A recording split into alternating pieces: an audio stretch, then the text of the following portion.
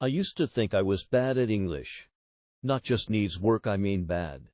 The kind of student who avoided eye contact when the teacher spoke, who prayed not to be called on in class, who smiled and nodded in conversations but never really understood what was happening.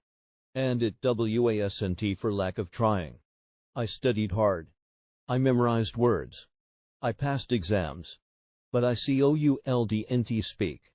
Not fluently. Not confidently. Not like I wanted to. And I thought the problem was me. Maybe I wasn't smart enough. Maybe I didn't have the talent. Maybe I had just started too late.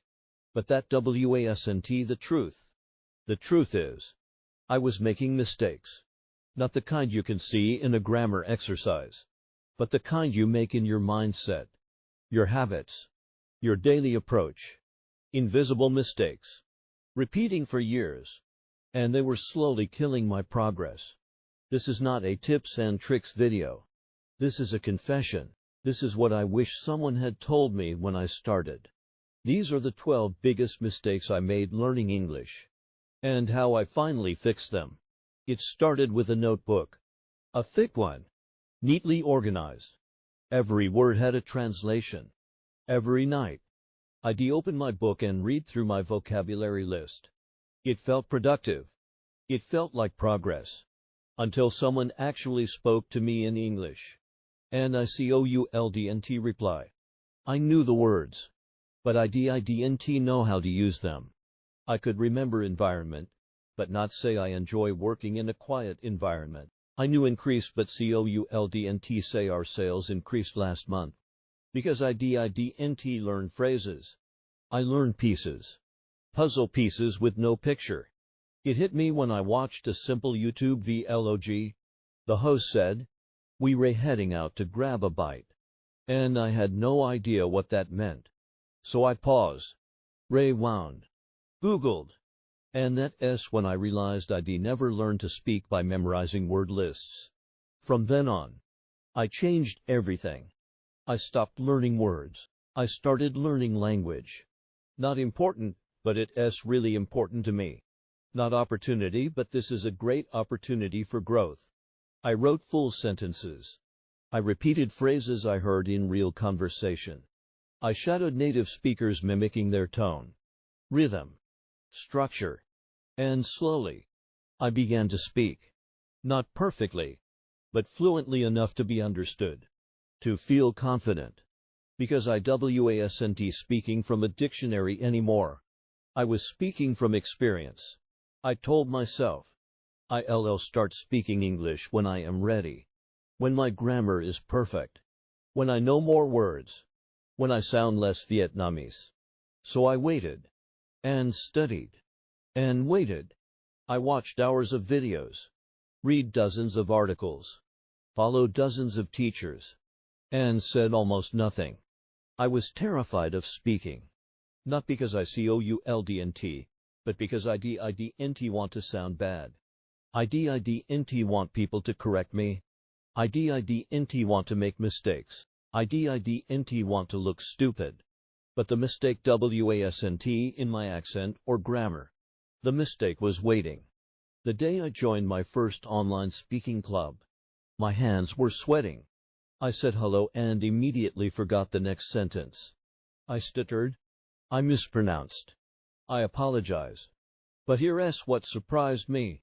No one laughed. No one mocked me. They listened. They encouraged me.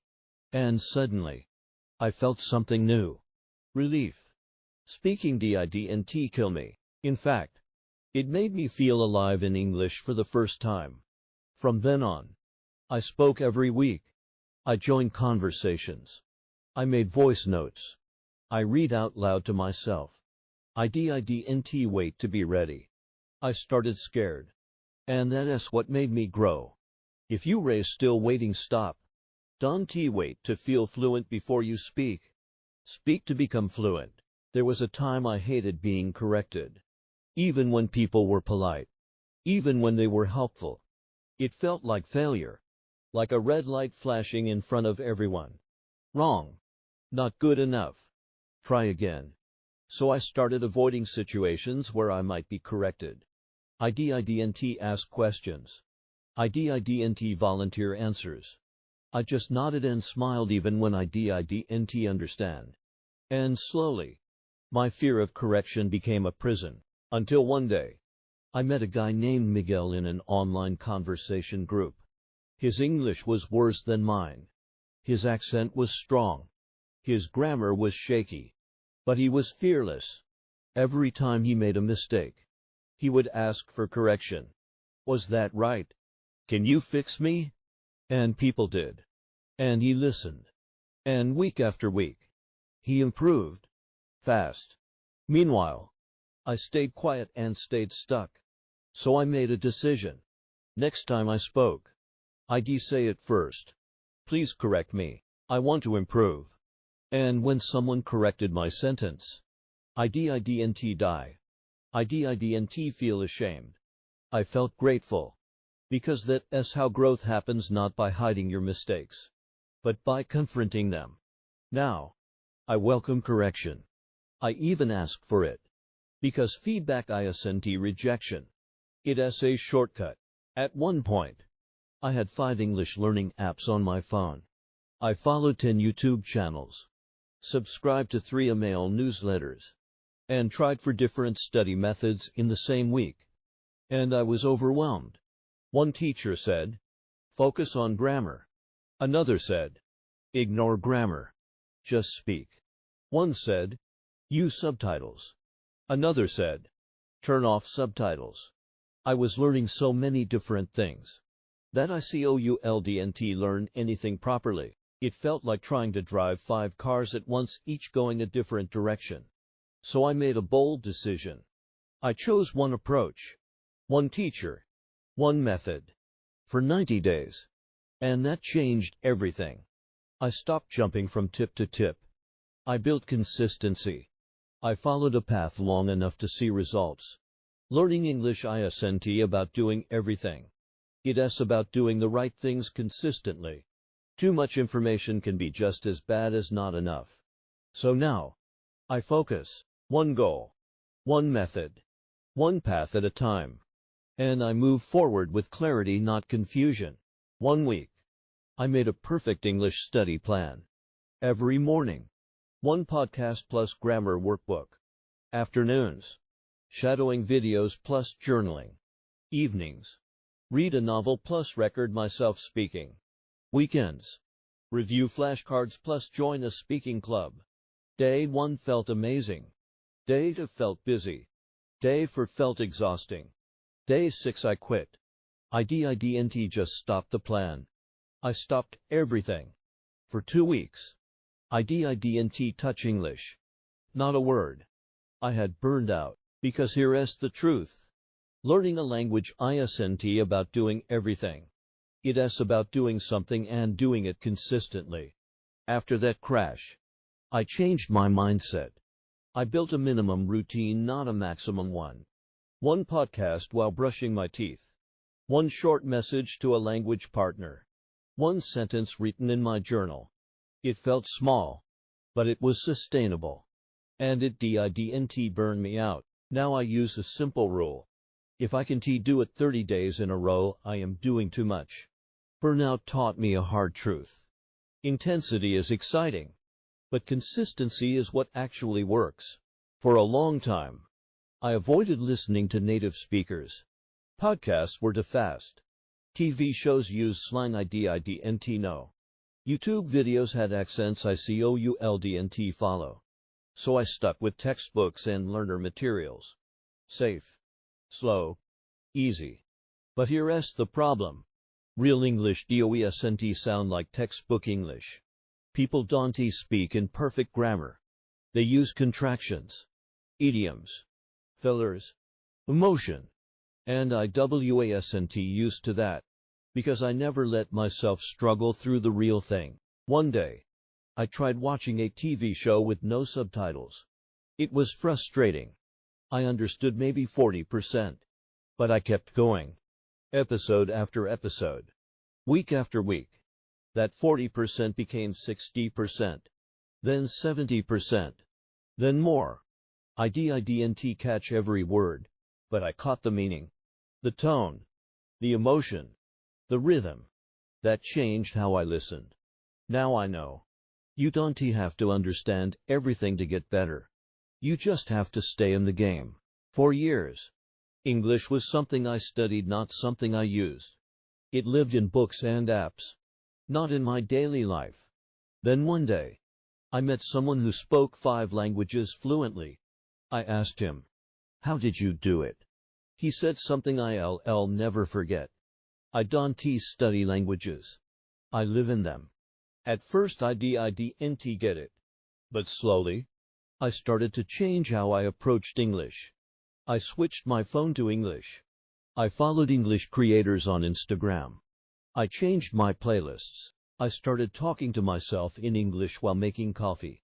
Suddenly, English wasn't just a subject. It was part of my routine, my surroundings, my identity. And because of that, I stopped forgetting. Because I was no longer cramming. I was living the language little by little. All day long, there was a girl in my English class named Lynn. She spoke fluently, naturally, confidently, while I was still struggling with basic conversation. Every time she spoke, I felt smaller. I wondered why I couldn't speak like her. I thought maybe I was just slower, less talented. And that comparison nearly made me quit. But here's what I didn't see. Lynn had been learning English since she was 8. She had lived abroad.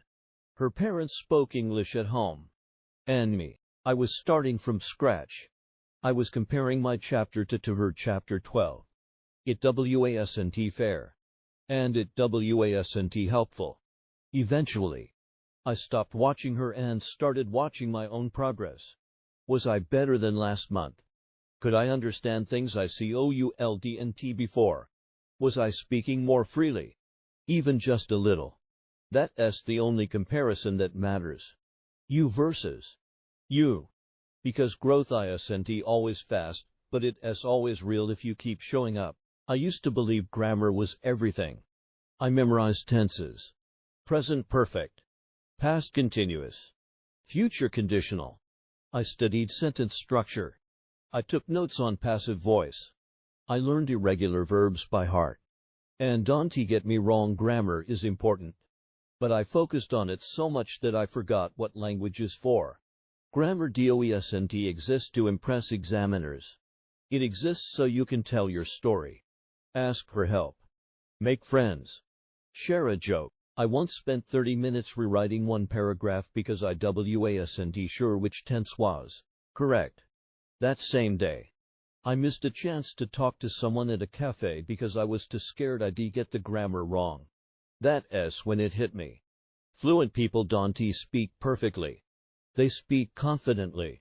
And the confidence doesn't come from rules. It comes from repetition, exposure, practice. Now, when I learn grammar, I use it immediately. I build sentences. I speak them out loud. I test them in real situations. Grammar isn't the finish line. It's the toolbox. Don't live in the toolbox. Build something with it. There was a time when I thought, speaking alone. That's weird. That's not real practice. But here's what no one told me.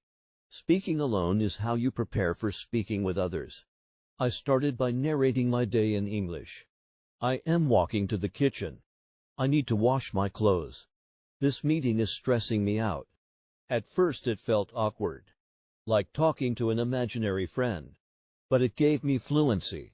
It gave me rhythm. It gave me comfort with the sound of my own voice in English. Later, when I had real conversations, I didn't freeze. Because I had already said those sentences before just to myself. Speaking alone isn't weird. It's practice without pressure. It's the gym before the game. For years, I measured my progress like this. Can I speak fluently yet? Do I understand everything I hear? And because the answer was often no, I felt like I was failing. But that's the wrong way to measure growth. Now, I ask different questions. Did I speak more than I did last month? Did I understand this video better than before? Did I try even when I was scared? Those are the real signs of fluency. Not perfection. Not instant results. But small, steady improvements visible only when you zoom out. It's like planting seeds. You don't see them grow every day. But give it time and one day, you'll look back and say, wow, I came so far. There was a moment about 2 years into my learning when I wanted to quit. I wasn't seeing fast progress.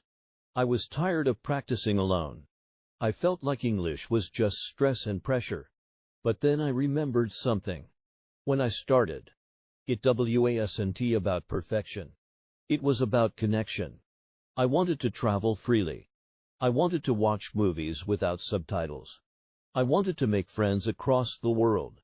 I wanted to feel like I belonged in global conversations. That was my why. And somewhere along the way, I forgot it. So I wrote it down again and stuck it on my wall. Every time I felt tired, I looked at it. And slowly, English stopped feeling like a chore. It became part of who I was becoming. Your why matters. It keeps you grounded. It pulls you forward when motivation fades. Never forget it. If this video inspired you, give it a like. Don't forget to subscribe and keep going on your English journey. You've got this. See you in the next one.